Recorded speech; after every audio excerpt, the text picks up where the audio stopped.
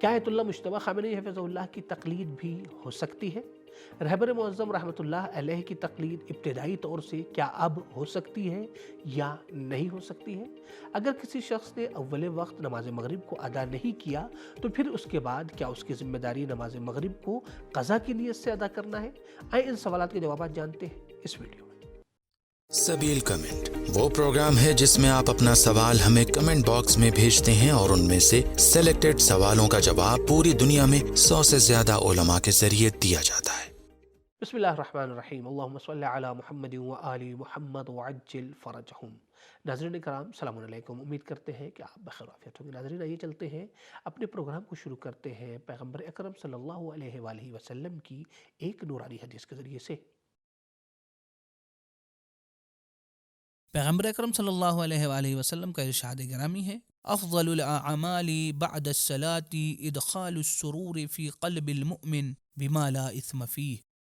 اللہ کے نزدیک نماز کے بعد سب سے اچھا عمل مومن کے دل کو ایسی چیز سے خوش کرنا ہے جس میں کوئی گناہ نہ پایا جاتا ہو۔ تو آئیں اسی نورانی حدیث کے ساتھ چلتے ہیں اپنے پہلے سوال کی طرف۔ پہلا سوال یہ کیا گیا ہے کہ مغرب اور عشاء کا وقت کیا ہے؟ کب ہماری مغرب کی نماز قضا ہو جاتی ہے؟ کیا اگر اول وقت نہیں پڑھی ہم نے نماز تو مغرب کی نماز ہماری قضا ہو جائے گی اور عشاء کا وقت آ جائے گا؟ مسئلہ تفصیل سے سمجھائیں۔ آئیں جواب سنتے ہیں مولانا کے سوالی۔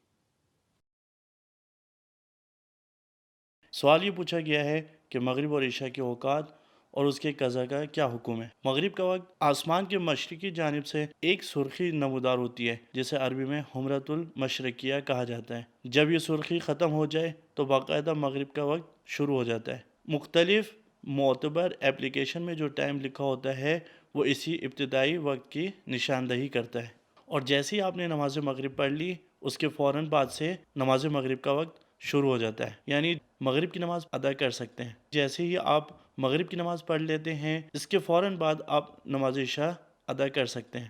البتہ عشاء کا افضل وقت مغرب کی اذان کے تقریباً 51 منٹ کے بعد شروع ہوتا ہے۔ اب دوسرا سوال نماز مغرب اور نماز عشاء کے قضا کے وقت کی طرف۔ ایک عام شخص کے لیے جو کسی مجبوری میں نہ ہو، کسی پرابلم میں نہ ہو، ایسے شخص کے لیے ان دونوں نمازوں کا وقت نصف شب تک کا ہے۔ نصف شب کا حساب یوں کیا جاتا ہے، اذان مغرب سے اذان فجر تک جتنے گھنٹے بنتے ہیں انہیں گنیں، اس پورے وقت کو آدھا کریں، حاصل شدہ وقت کو اذان مغرب پر جمع کریں، یہی نصف شب کا وقت ہوگا۔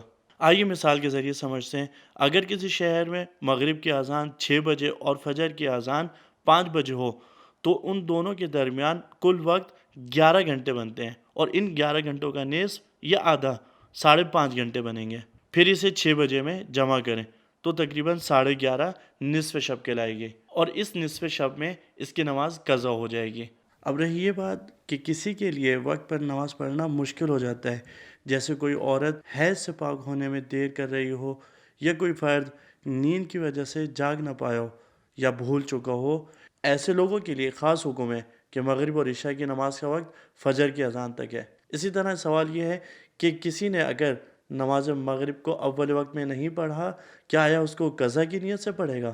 نہیں، پہلے مغرب کو ادا کی نیت سے پڑھے، پھر عشاء کو بھی ادا کی نیت سے پڑھے، یعنی یہ دونوں نمازیں ادا ہی ہوں گی، قضا نہیں ہوگی۔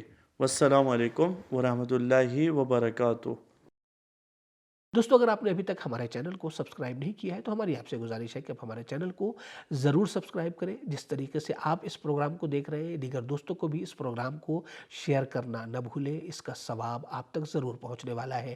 ساتھ ہی ساتھ دیگر دوستوں کو بھی بتائیں کہ سبیل احکام ٹیم کس طریقے سے شرعی مسائل اور شرعی احکام کو پریکٹیکل طریقے سے، اسی طریقے سے آپ کے سوالات کے جوابات کو سبیل کمنٹ کے ذریعے سے، اسی طریقے سے شارٹ کے ذریعے سے کس طریقے سے پیش کرنے کی کوشش کر رہی ہے۔ تو آئیں چلتے ہیں اپنے اگلے سوال کی طرف۔ اگلا سوال یہ کیا گیا ہے کہ اگر کوئی انسان آیت اللہ سستانی کی تقلید کرتا ہے تو کیا وہ اب آیت اللہ خامنئی رحمۃ اللہ علیہ کی طرف جا سکتا ہے، یا جو اب نئی تقلید کرنا چاہتا ہے تو کیا وہ شہید رہبر کی تقلید شروع کر سکتا ہے یا نہیں کر سکتا؟ آئے جواب سنتے ہیں مولانا کے سوال۔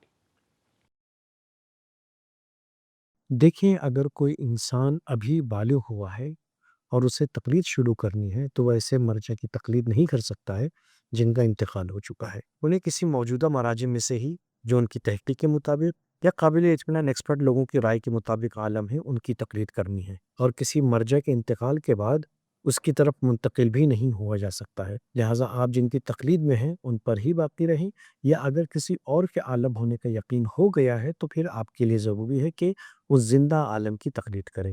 ایک بار پھر خلاصے میں اگر کہوں تو کسی مرجع کے انتقال کے بعد وہ شخص جو پہلی بار تقلید شروع کر رہا ہے اس کی تقلید نہیں کر سکتا ہے، اسی طرح جو تبدیل کرنا چاہ رہا ہے وہ بھی نہیں کر سکتا ہے۔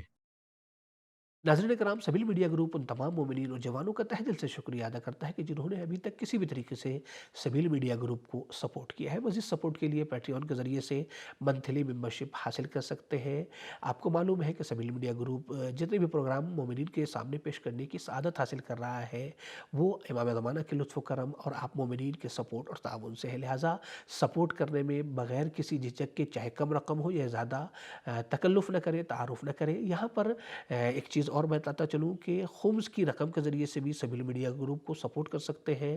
آیت اللہ سستانی حفظہ اللہ اور آیت اللہ خامنئی رحمۃ اللہ علیہ کا اجازہ سبیل میڈیا گروپ کے پاس موجود ہے۔ تو آئیں چلتے ہیں اپنے آخری سوال کی طرف۔ آخری سوال یہ کیا گیا ہے کہ کیا نئے رہبر آیت اللہ مجتبیٰ خامنئی حفظہ اللہ کی تقلید کی جا سکتی ہے یا نہیں کی جا سکتی ہے؟ آئیں جواب سنتے ہیں مولانا کی زبانی۔ بسم اللہ الرحمن الرحیم۔ وہ مجتہد کے جس کی تقلید کی جا سکتی ہے اس کے لیے کچھ شرطیں بیان کی گئی ہیں، جن میں ایک شرط یہ ہے کہ وہ مرد ہو، بالغ ہو، اسی طرح سے عاقل ہو، دنیا کا لالچی نہ ہو، یا اس کے اندر عدالت اور تقوی پایا جاتا ہو۔ یہ تمام شرطیں اگر دیکھی جائیں تو آیت اللہ مجتبیٰ خامنئی کے اندر پائی جاتی ہیں، اور 40 سے زیادہ علماء نے ان کے علم کی، ان کے تقوی کی تائید کی ہے۔ اس عنوان سے ان کی تقلید کی جا سکتی ہے، لیکن چونکہ ابھی ان کی طرف سے کوئی ایسی چیز سامنے نہیں آئی ہے کہ جس کے ذریعے ان کے فتوے معلوم کیے جا سکیں کہ فلاں مسئلے میں ان کا کیا فتویٰ ہے، جیسے کوئی توضیح المسائل ابھی ان کی نہیں ہے، یا کوئی ایسا سیٹ اپ، کوئی سائٹ وغیرہ کہ جہاں پر ان کے فتوے بیان کیے جائیں، یا کوئی دفتر کہ جہاں پر فتووں کو معلوم کیا جا سکے، سوال کیا جا سکے ان کے نظریے اور ان کے فتاویٰ کا مختلف مسائل کے اندر۔ اس لیے پریکٹیکلی اور عملاً ابھی ان کی تقلید نہیں کی جا سکتی ہے۔ ممکن ہے کہ مرجعیت کا اعلان ہو، یا ان کی توضیح المسائل سامنے آئے، جو استفتاءات کا سوال و جواب کا ایک سیٹ اپ ہوتا ہے، ایک سسٹم ہوتا ہے، وہ سامنے آئے تو اس وقت ممکن ہوگا ان کی تقلید بھی کی جا سکے، جو فی الحال موجود نہیں ہے۔ لیکن مرجعیت کی صلاحیت کے اعتبار سے اگر دیکھا جائے تو وہ تمام شرائط جو ایک مرجع تقلید کے اندر ہونے چاہیے، وہ تمام شرائط ان کے اندر پائے جاتے ہیں۔ اب میرج کرنا کب جائز ہے اور کب جائز نہیں؟ لڑکیاں شادی میں یہ شرط لگا سکتی ہے کہ شوہر دوسری شادی ان کی اجازت کے بغیر نہ کرے؟ کیا چلتے پھرتے اور بغیر سجدگاہ کے بھی انسان مستحب نمازیں ادا کر سکتا ہے؟ آئے جانتے ہیں ان اہم سوالات کے جوابات اس ویڈیو میں۔